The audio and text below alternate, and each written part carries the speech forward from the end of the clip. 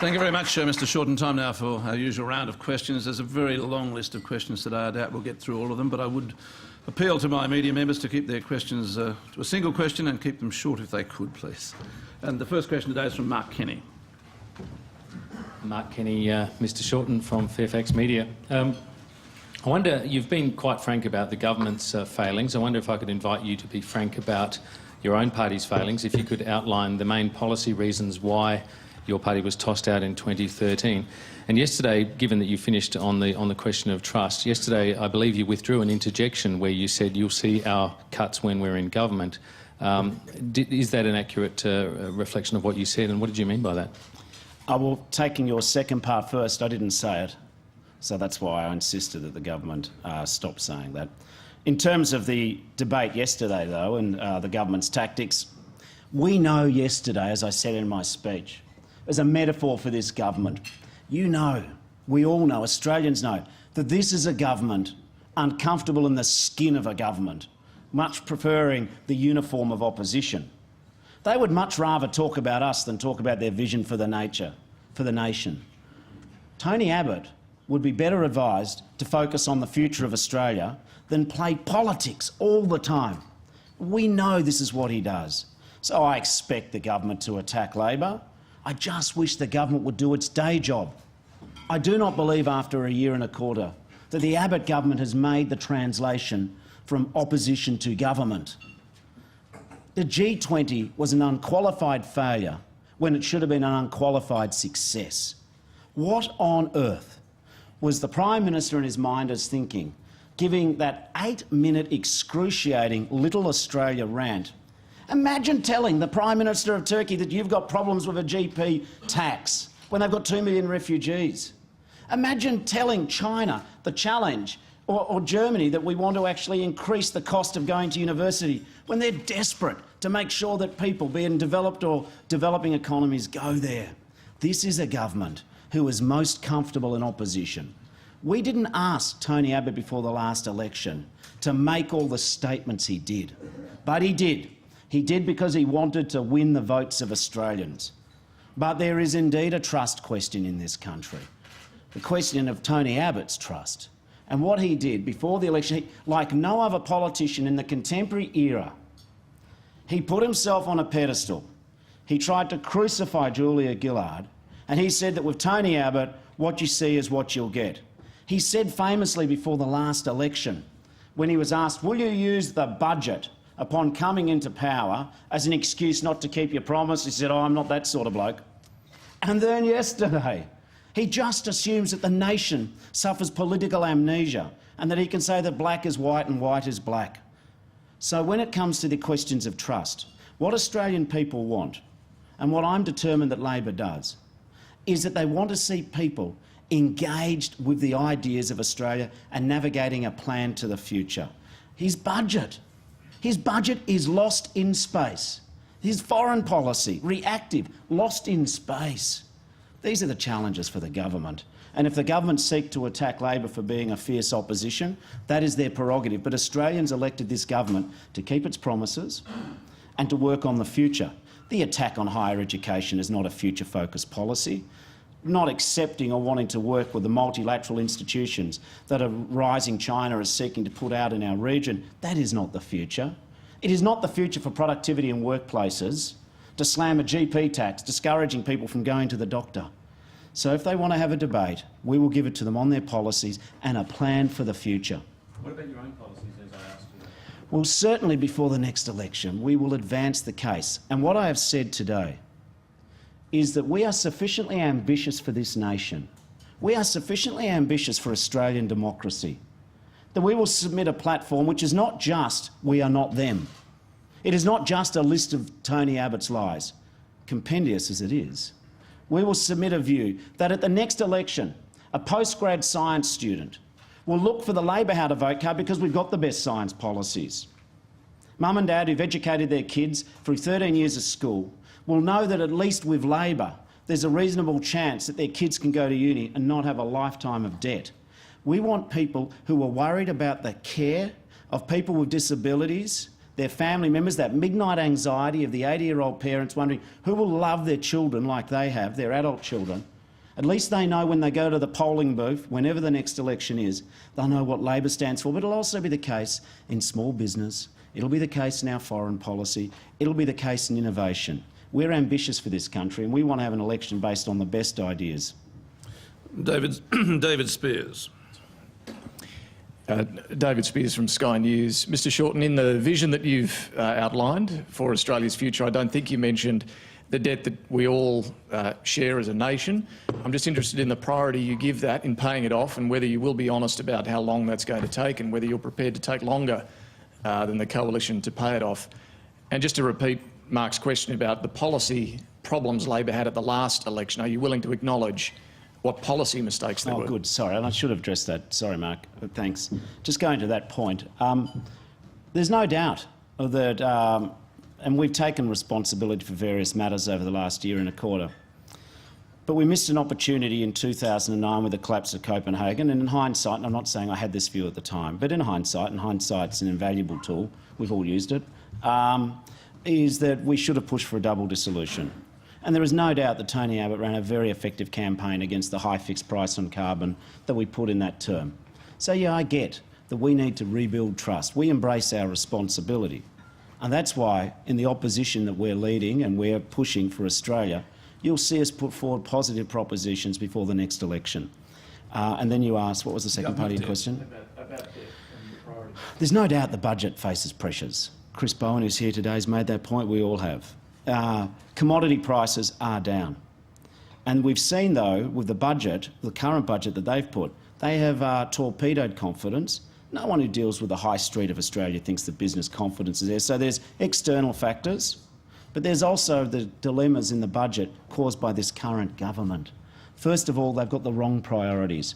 What they've done, and you can talk to people, high street traders across Australia, but 2 or 3 weeks before the election, when the Government Brains Trust decided to cleverly leak, they were drag kicking and screaming to drop their Commission of Audit. They deliberately held off after the South Australian and West Australian elections.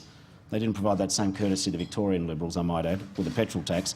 But they held off on the Commission of Audit. But really, from when they started leaking that, through to leaks in the budget, confidence has just flatlined. It has flatlined. So I think they've got to take some responsibility for what they've done there. We've seen our wages growth shrink. So I think the challenge in the medium term is to make sure that our revenues match our expenditures.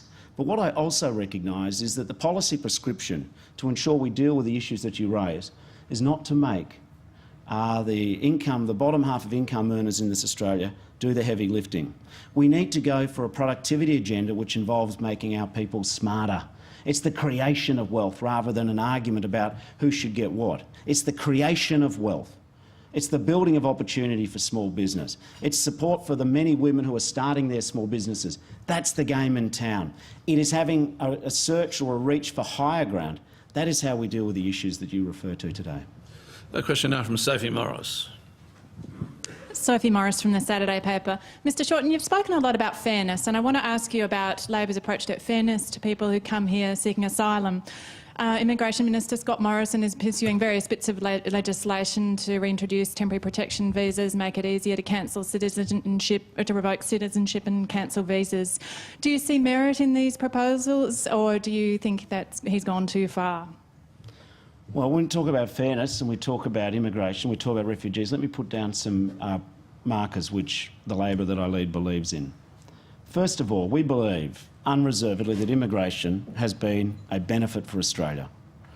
We believe that it's contributed, continues to contribute from great citizens to broadening the diversity of our community, to entrepreneurs, to a deepening of Australian culture.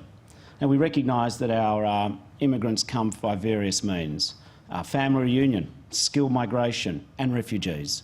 We do not seek to demonise refugees, but we do also believe that we need to discourage the people smugglers model. And I think that Labor, and I believe, that Labor's push for regional resettlement has been the cornerstone upon which the people smugglers model has been broken.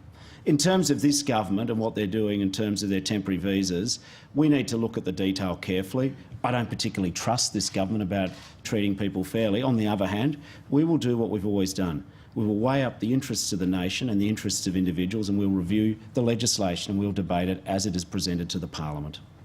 Paul Osborne. Paul Osborne from Australian Associated Press. Thank you very much for your speech. Just wanting to pursue the question of your budget philosophy. Yep. In government, what areas would Labor quarantine from cuts or efficiency dividends? I'm thinking of things like defence, pensions and so on. And would you deliver a surplus earlier than Mr Hockey would plans? Well, I think a lot of this is a hypothetical, because we need to see what Joe Hockey's going to do. I note that he's trying to leave his mini budget till the last possible moment in the year.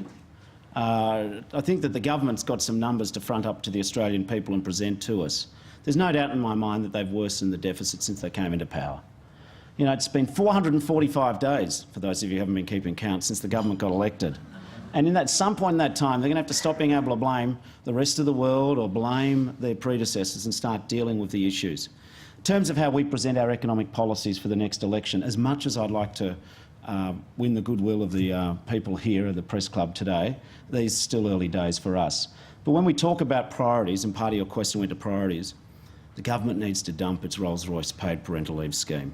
They've got to stop going soft on multinational tax evaders. I think they need to hand back some of the superannuation tax breaks they're giving to the very wealthy, who simply don't need the assistance of the taxpayer to move from $2 million to $2.5 million in savings. I do also think that if the government has troubles with its budget, which it does, they should stop paying polluters to pollute and introduce a market-based system. David Crowe. Thanks, Laurie. David Crowe from The Australian. Thanks for your speech, Mr Shorten. There was a startling fact in your speech, which was that by 2050 there'll be 2.5 workers only for every person who's only over 65. The trend has got to put more pressure on the pension system. It's got to make pensions a bigger share of government outlays than they already are. Do you see that as a problem that needs to be addressed? Are you saying that a Labor government would do anything to stop that increase? Well, there's a number of levers which governments who think, I mean, your question is dangerously conflicting with the Abbott doctrine of not just today, but thinking about the far distant future, 16 years' time. I think you're asking me to think 36 years in advance. Don't ask the Prime Minister. In terms of how we deal with that, the most successful nations with participation rates are ones who have the highest education, the highest rates of education. You look at some of the Nordic countries, you look at nations with high participation rates, their people are well trained. That allows people to work older in life. The second thing is, of course, the government likes to talk about people working longer, but have they ever tried to change the workers' comp laws in states so that workers' comp will cover employers over 65 years of age? This is a government who's long on the thought bubble and short on the detail. But one of the key changes, which this government's dragged us back, and I call upon that Journal of Record, The Australian, to join me in this issue. It's the reduction in superannuation, it's the freezing of superannuation at 9.5%. What a backward decision. You know, they said that there's 3.5 million Australians who earn less than $37,000 a year. Currently, the government's reinstituted a system where they pay more tax on their compulsory savings than they pay on the income they earn. Labor got rid of that. But the sort of the F troop of this government, the Barnacle Removing Brigade, decided to remove a beneficial tax treatment which will allow people who earn less than $37,000 a year to save super. So what we have now, this government has introduced an involuntary arbitrage where if you are compelled to save and you earn less than $37,000 a year, you pay more tax on your savings than you do on your pay-as-you-go income. Ridiculous. Only the Conservatives could have dreamed that up. So the other issue, though, is that by freezing super at 9.5% and not taking it through to 12, as they promised before the election, of course, they've so traduced our expectations of keeping promises. That's just one of the list.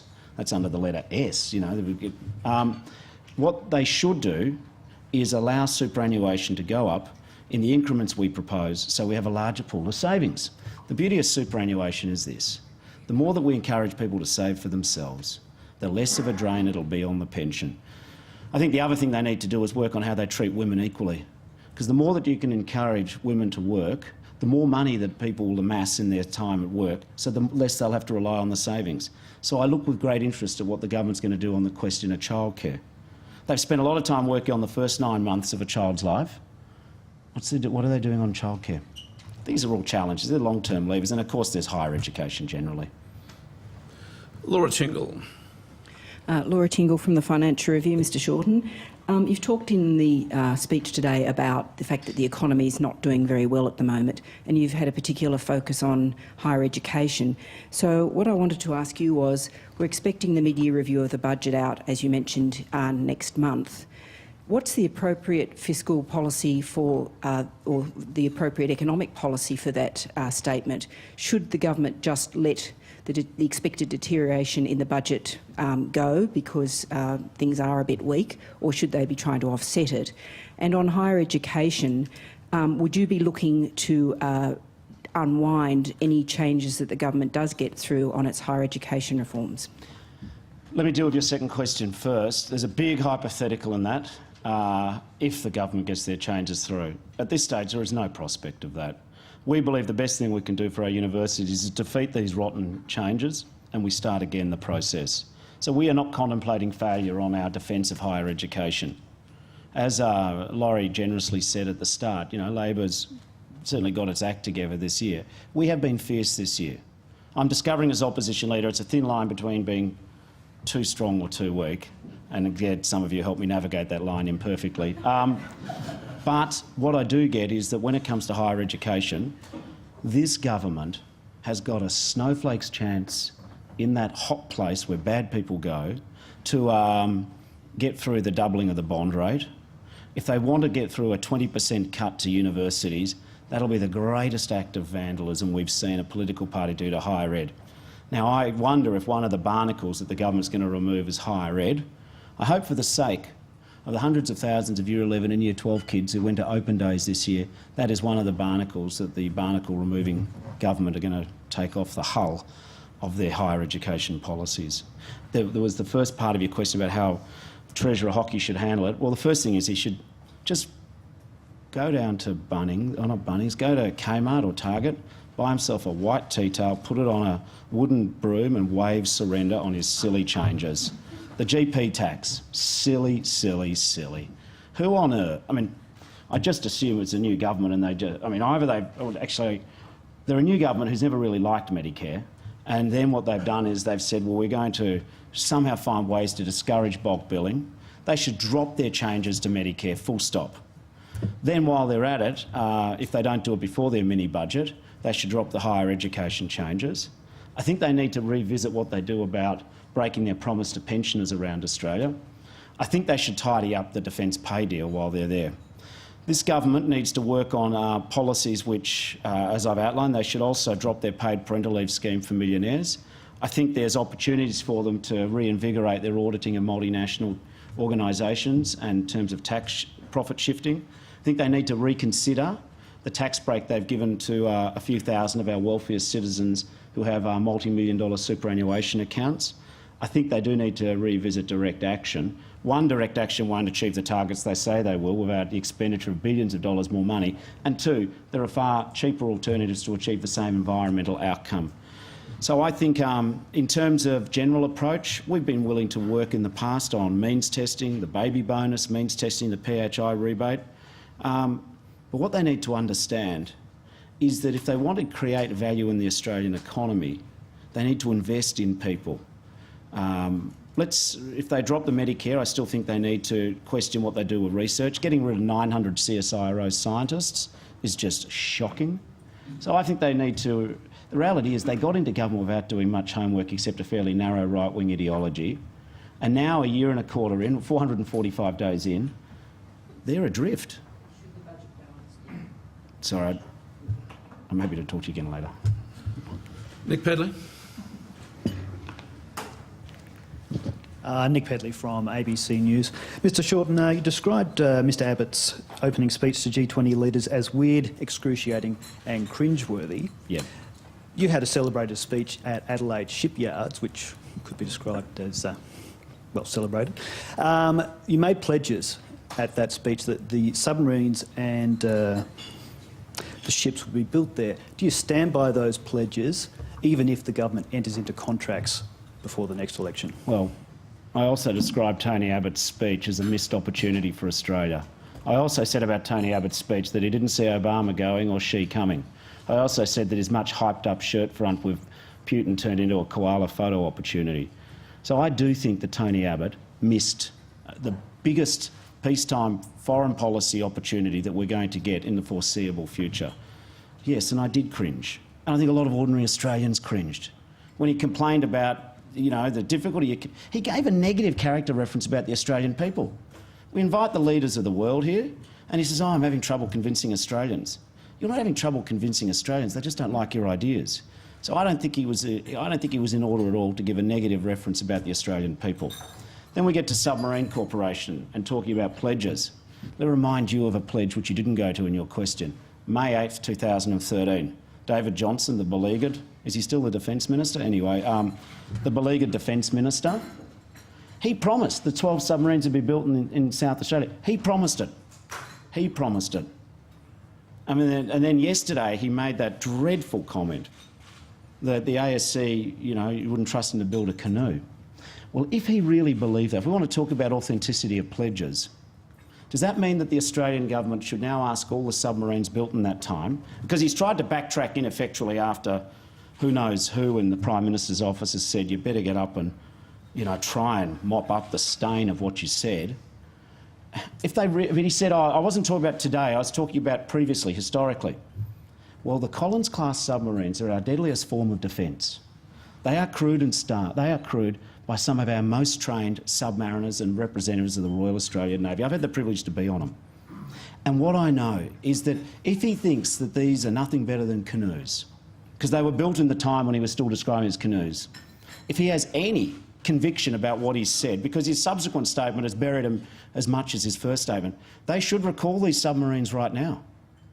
They should not put submariners in harm's way if they think that the ASC has built bad submarines. They are providing $500 million a year to the ASC to upgrade our military hardware. The ASC is in alliance building the air warcraft, the AWD, 3 AWD destroyers. If they really think that they're that bad, they should stop right now. This is a government addicted to politics. As for what I said, and in the implication of what you said, I do think they should build the submarines in Australia.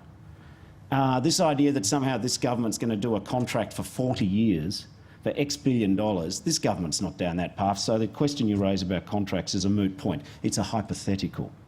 This government, with its C-1000 future submarine program, has for 15 months literally been at sea. Their Land 400, the replacement of our armoured vehicles, hopeless, just all over the place. And you want to look at the defence pay while we're talking about pledges? The opposition, now government, when they were in opposition, criticised Labor when there were 3 years of 3% pay rises. Stuart Robert, I don't know, he's the Assistant Minister, I think, he attacked Labor when on opposition. He said, shameful that Labor would only give 3% for defence per year. This mob are giving 1.5%.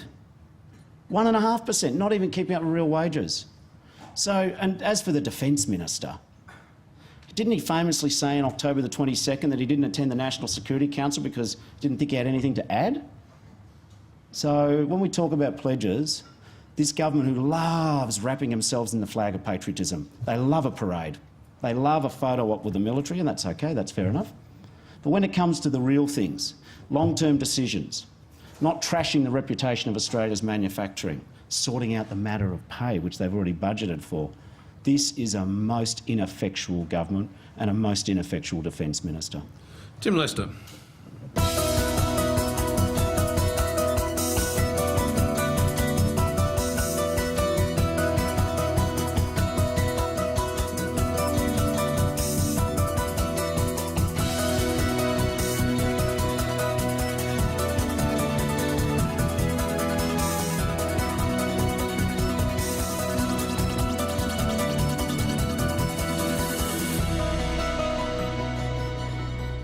Come on a trip down memory lane with the creator of comedy series Gavin and Stacey. What is your memory of down here? I think I had sex in that shelter. The inappropriate but delightful Ruth Jones on Julia Zamiro's Home Delivery tonight. Tonight on ABC, Sean McAuliffe's Mad as Hell. Then the Chasers Media Circus. And later, Ruth Jones heads home on Julia Zamiro's home delivery. And tonight on ABC2, That 70s Show, followed by The Tonight Show. And later, the Twilight Saga continues with Breaking Dawn Part 1.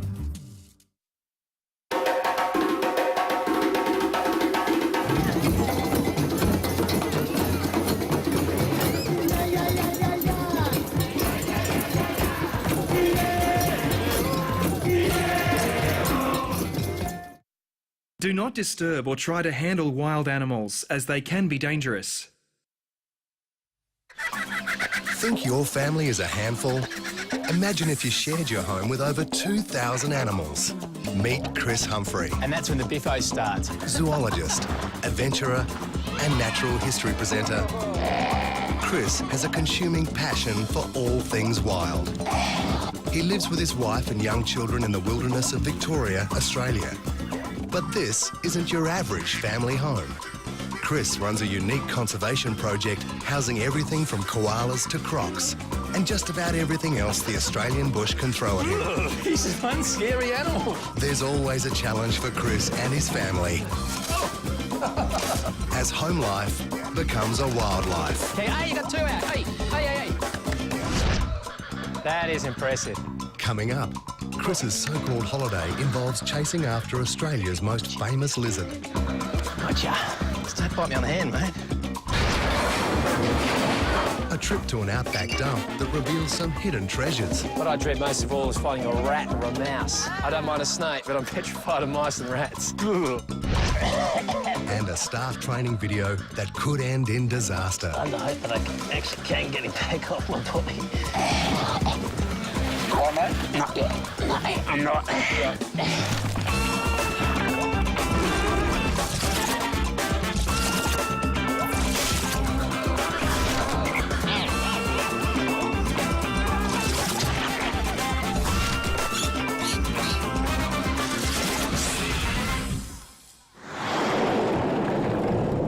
Diagnosed with an acute eye problem caused by the stress of running his own zoo, Chris has followed doctor's orders and taken himself and his family on a week's holiday to Central Australia. This place is, really important to me for animals. Their venom packs a punch. They'll put you in hospital. You don't want to step on one of these guys and lift him up. Got him? Hey! Can you believe this is a wild animal and it's letting me put a grasshopper in its mouth? But it's not easy for Chris to leave behind his 2,000 animals. I'm a little bit nervous about it, but, the team are really good. I'm sure they'll be okay. I'm sure the animals will be okay.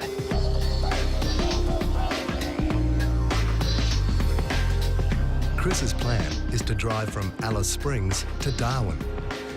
And with 400 kilometres to go, they arrive at the small township of Mataranka.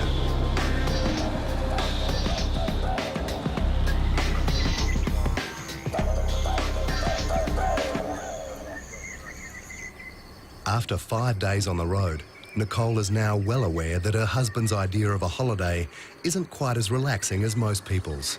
We try to do a morning run everywhere on our holiday.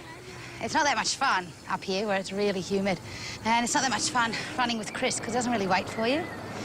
But believe me, you probably need to do it to keep up with Chris Humphrey for the rest of the day. You need the energy. What's Mummy doing, you say? Come on, Mummy!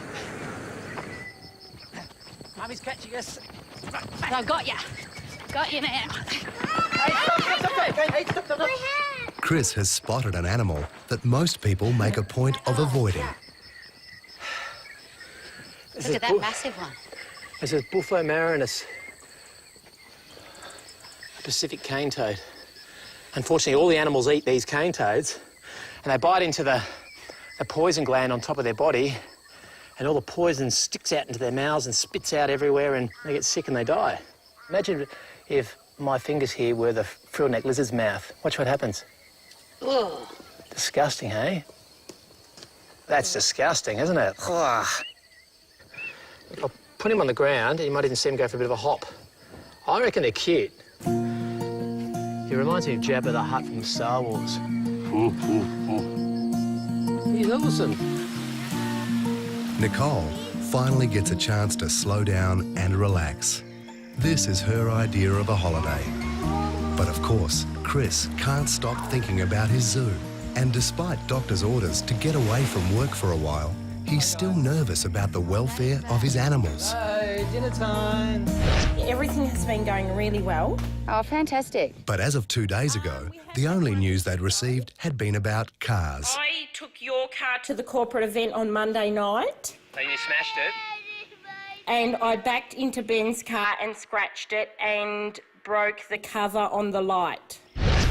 Inga is due to ring in again with today's news. That's my phone. I need that, Bobby. Hello? Inga, it's Inga. Hi, Inga. Hi, mate. How are you? Good, how are you? Yeah, not too bad. Look, we've had a bit of a drama. Can Chris hear me or not? What's happened now? A bit of a drama. Yeah. Is it animal related? No, it's not. Adam was on the way to a show and I think his car's diesel and he filled it with petrol. But he's had the car since it's brand new. He knows diesel fuel goes into it. Why would you put petrol into it? I don't know. That's just bloody ridiculous, Inga. It says it quite clearly. He's probably screwed the whole engine. What about his shows? Where's he supposed to be today? He had a show at a library in Hampton Park, which then we tried to organise a taxi but no one would pick him up. So no one did that show?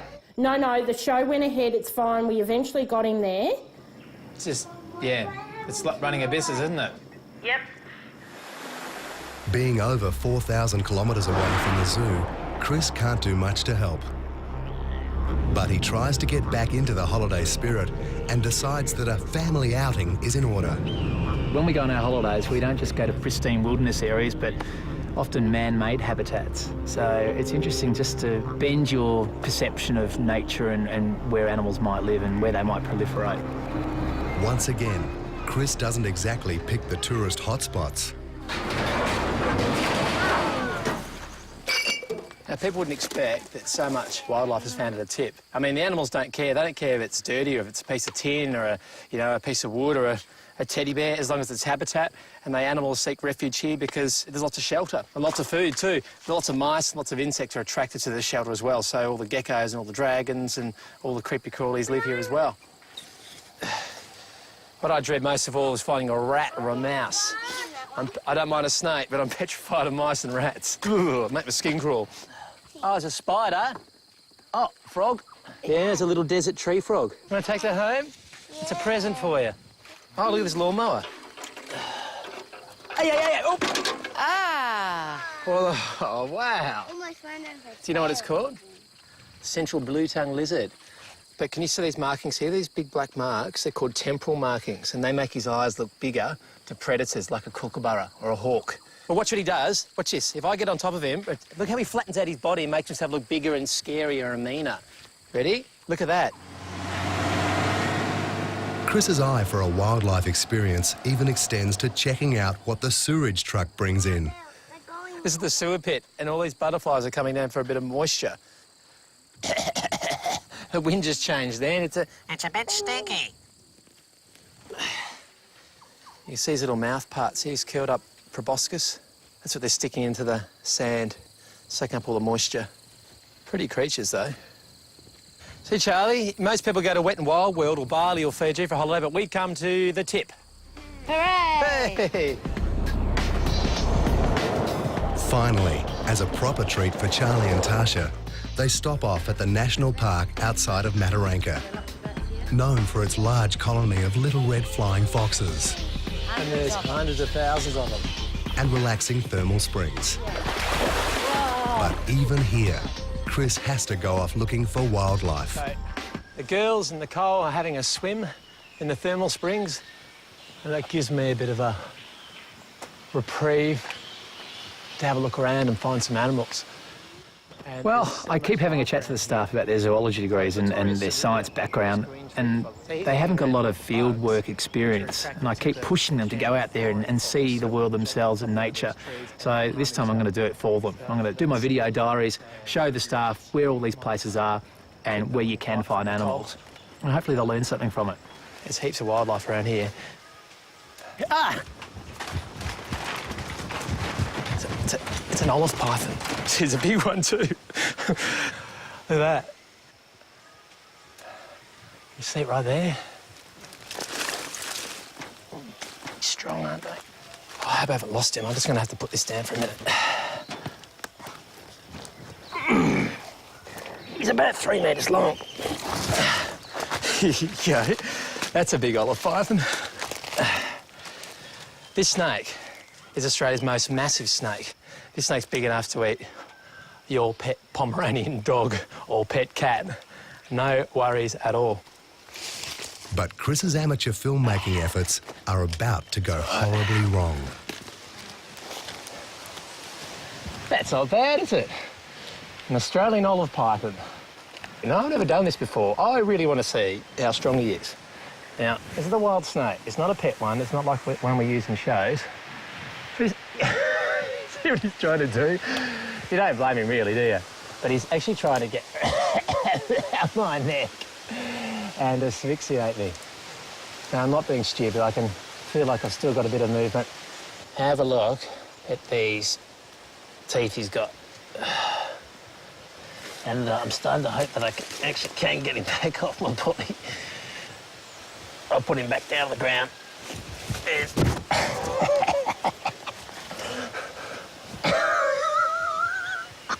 I can't actually get him off my neck. It's a camera crew got to help me. It's exciting, though, being killed by a snake.